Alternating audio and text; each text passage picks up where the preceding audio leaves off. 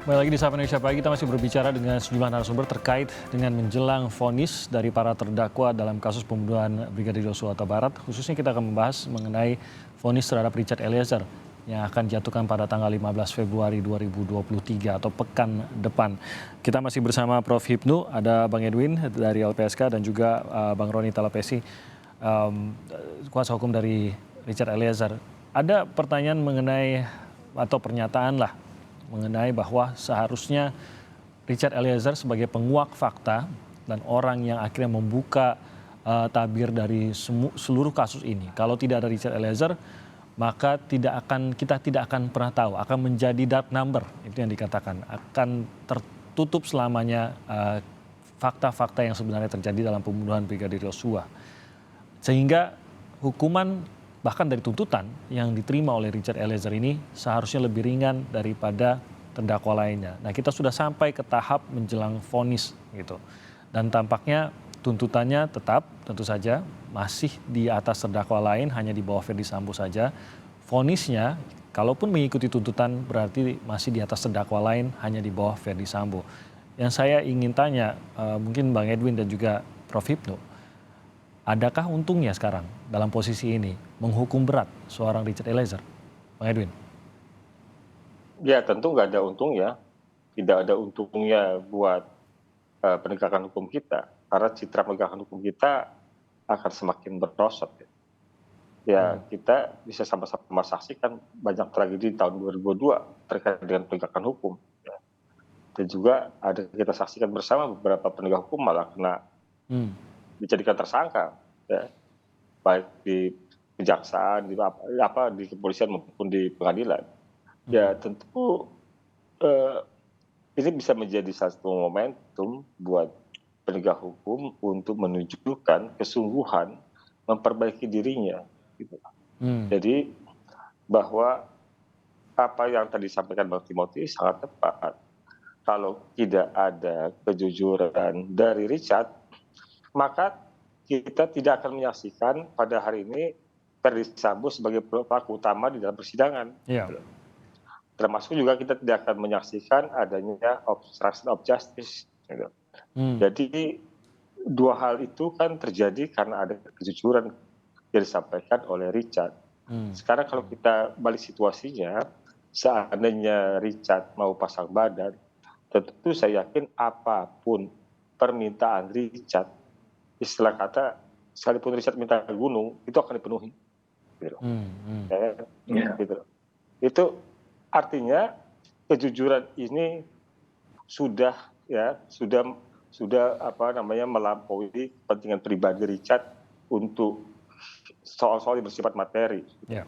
Memang sepenuhnya dia merasa menyadari bahwa kebohongan itu membebani, gitu. Yeah. Sehingga kejujuran itu membuat dia lebih plong, lebih lepas, lebih merdeka, ya.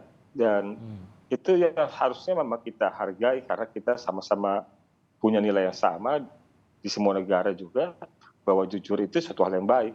Kalau jujur itu tidak kemudian diberikan apresiasi, tentu akan membuat risau semua orang jujur yang sempat misalnya terjebak dalam lumpur, ya, masuk dalam perbuatan pidana, yang kemudian dia punya keinsapan atau perlobatan untuk membongkar perkara itu tetapi tidak mendapatkan penghargaan. Ya. Demikian Bang Timothy. Bang Edwin.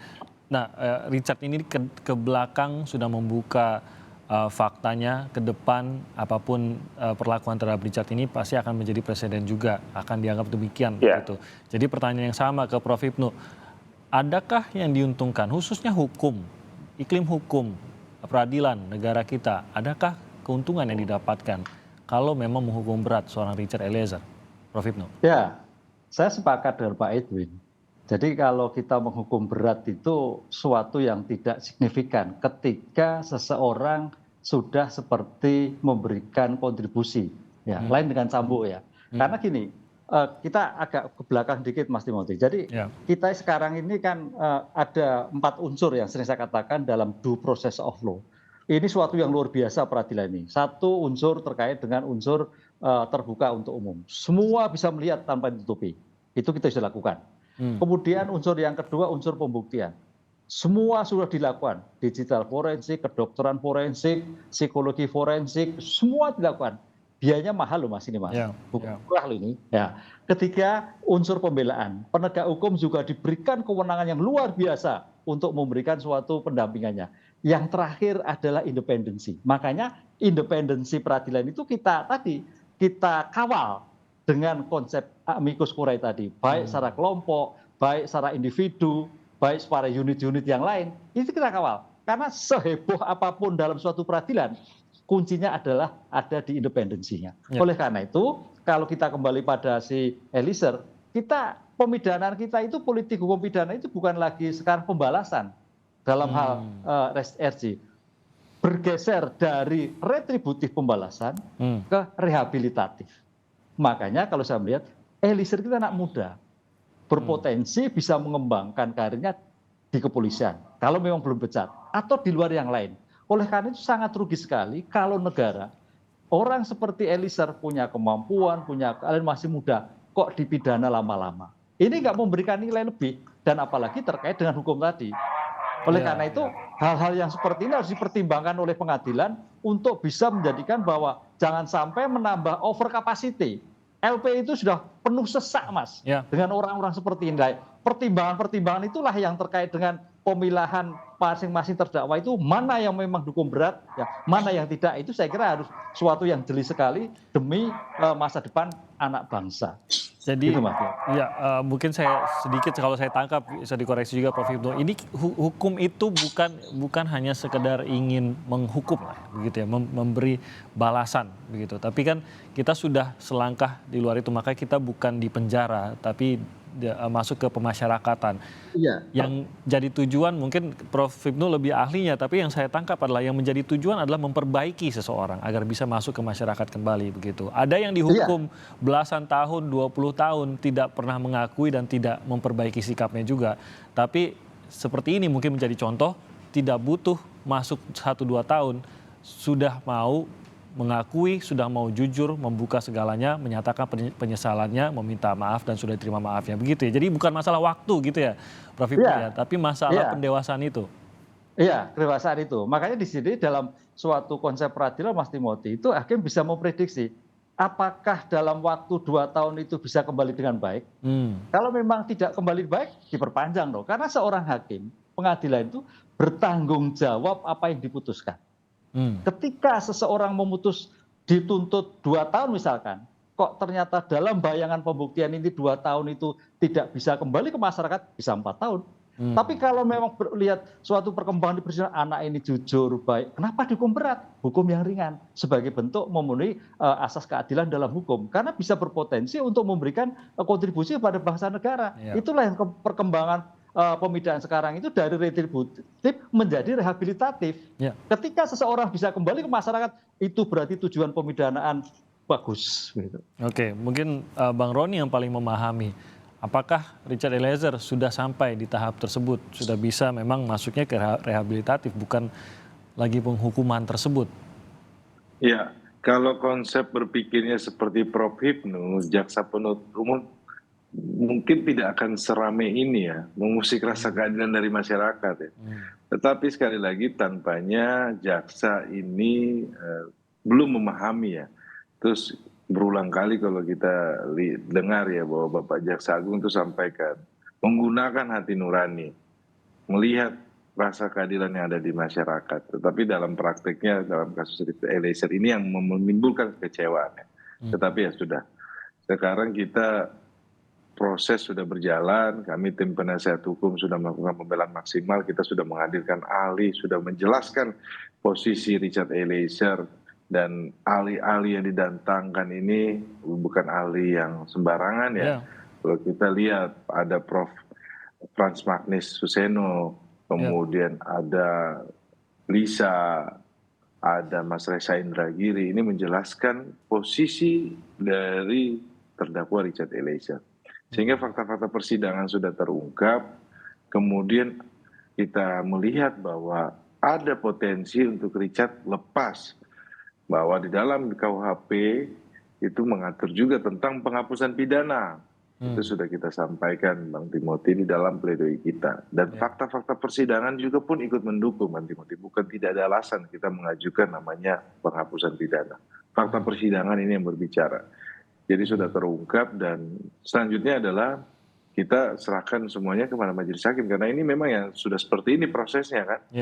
Bahwa majelis hakim adalah gerbang terakhir penjaga keadilan di muka bumi ini. Kalau di dalam pledoi saya tulis seperti itu ya, bahwa kita harus berharap kepada majelis hakim bahwa bagaimana majelis hakim memutus suatu perkara Richard Eliezer, karena ini apa? Ini menyangkut dari masa depan Richard Eliezer. Di mana keluarga korban tidak keberatan, di mana publik ikut mendukung, di mana juga pun banyak akademisi yang berbicara, guru besar, di mana juga pun kalau kita lihat Menteri Menko Polhukam juga pun di dalam Twitternya juga pun menyampaikan di dalam sosial medianya. Jadi saya pikir majelis hakim tidak akan sulit untuk memutus karena begitu banyak dukungan dari publik. Tapi kalau seandainya Richard Eliezer ini divonis lebih tinggi dari terdakwa lainnya, berarti ini akan menjadi tanda tanya besar penegakan hukum kita di Indonesia dianggap gagal. Seperti itu. Anda setuju Bang Edwin? Ya tentu kita tetap harus optimis ya, berharap bahwa hakim itu kan juga sama seperti kita, dia hidup bersama keluarga dan masyarakatnya. Jadi hakim juga salah satu penonton Kompas TV kan. Nah, harapannya begitu. Iya, artinya mereka juga yang biasa berselancar di sosial media segala macam bisa menangkap ya, bisa menyerap apa yang menjadi kehendak publik, kehendak masyarakat itu seperti apa. Tentu itu kan tadi di awal kita sudah sampaikan bahwa undang-undang sudah memberikan kewajiban untuk menyerap rasa keadilan publik itu menjadi bahan pertimbangan dari majelis hakim dalam memvonis. Saya kira kita berprasangka baik kepada hakim, ya hakim juga punya anak istri yang juga sama seperti mereka yang hadir di pengadilan. Yang dalam interaksi kita Bang Timothy di rumah manapun pembicaraan ini kan nggak pernah lepas ya. Sampai bosan, sampai bosan. Jadi saya rasa ya kita tidak berhadapan dengan alien. Betul. Kita berhadapan dengan orang-orang yang hidup bersama kita dan kita percayakan majelis hakim menggunakan kewenangannya untuk menentukan hitam putih seseorang dengan segala kebijaksanaannya, merujuk fakta-fakta, teori, dan juga undang-undang yang berlaku untuk mewujudkan rasa keadilan buat masyarakat, termasuk juga kepastian hukum. Demikian Bang Timothy. Terima kasih Bang Edwin. Prof. Hipnu, saya ke pertanyaan tadi lagi sebenarnya. Kembali lagi memunculkan pertanyaan, kalau begitu apa untungnya menghukum berat Richard Eliezer? Sederhananya adalah Sambo pun gak ada untungnya kalau Eliezer dihukum berat begitu. Karena Sambo sendiri tuntutannya sudah lebih tinggi daripada Richard Eliezer. Masyarakat sudah didengar bagaimana opininya, para akademisi termasuk Prof. Hipnu juga sudah mengajukan amicus curiae, dan ini harus digali oleh hakim juga melihat pandangan dari para akademisi dan pihak-pihak luar juga, tadi ada Elsam, ICGR dan lain-lain, semua sudah menyuarakan pendapat mereka. Kalau sampai berat, maka ada sesuatu yang aneh, tadi kata Bang Roni. Apakah kalau latar belakangnya begitu, siapa yang untung juga gitu? Kok berat, orang nggak ada untungnya juga. Bahkan bagi penegakan hukum di Indonesia, ini yang diperdebatkan oleh para ahli, nggak ada untungnya juga bagi penegakan hukum di Indonesia. Justru penegakan hukum di Indonesia membutuhkan justice collaborator. Kenapa begitu muncul dengan sorotan yang begitu besar, malah diberi tuntutan yang berat atau bahkan vonis? Kita nggak tahu, vonis kita belum mendengar. Bisa jadi vonis yang berat juga, Prof. Hipnu. Ya, jadi gini Mas Timothy, suatu pemidanaan itu sebetulnya tidak hanya bermakna pada si pelaku, tetapi adalah pada aspek deteren terhadap pelaku-pelaku yang lain. Deteren yang apa? Misalkan sekarang dengan kasus Eliezer ini, dengan potensi yang ada pada dia, kemudian masyarakat juga memberikan suatu dukungan, ini akan membangkitkan yang sekarang perkara-perkara tadi katakan dark narbo, suatu saat muncul, itu ada keberanian. Itu yang pesan spirit yang saya tangkap dalam seperti ini. Jadi pengadilan harus juga berpikir bahwa dengan kasus ini akan memberikan celah kepada siapapun, apalagi kasus-kasus berat, apalagi kalau kasus korupsi, itu Mas Timothy. Itu kan sekarang kan turun, kan gitu. IPK-nya kan anjlok kan itu. Nah, ini dimungkinkan juga karena tidak ada keberanian untuk menyampaikan seperti itu. Berani, tapi penegak hukum tidak seperti yang kita bayangkan terhadap pemidanaan. Ini Mas, jadi problematiknya seperti itu. Oleh karena itu, saya kira dalam hal seperti ini tidak ada untungnya. Untungnya kalau memberikan suatu hukuman ringan akan memberikan efek deterrent kepada siapapun anak bangsa yang ketika ada suatu tindak pidana, yang ketika ada suatu mengetahui suatu kasus berani menyampaikan karena ada jaminan pemerintah, anak jaminan negara. Disinilah makanya saya katakan majelis peradilan itu, hakim itu sebagai penjaga peradaban. Kalau sampai ini akan menjadikan suatu putusannya bengkok, wah peradaban menjadi ke depan menjadi bengkok. Bengkoknya apa? Penegakan hukum semakin terseok-seok karena tidak mendapatkan dukungan masyarakat. Penegakan hukum itu bisa akses karena dukungan masyarakat.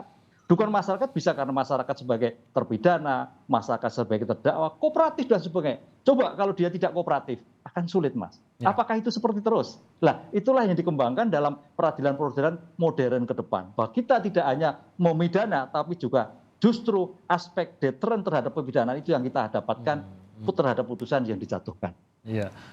Mungkin jutaan calon justice collaborator yang mungkin mengetahui sesuatu di luar sana tapi takut untuk membuka aib atasannya atau siapapun yang ia ketahui tersebut sedang melihat ini ya Prof. Hipnu.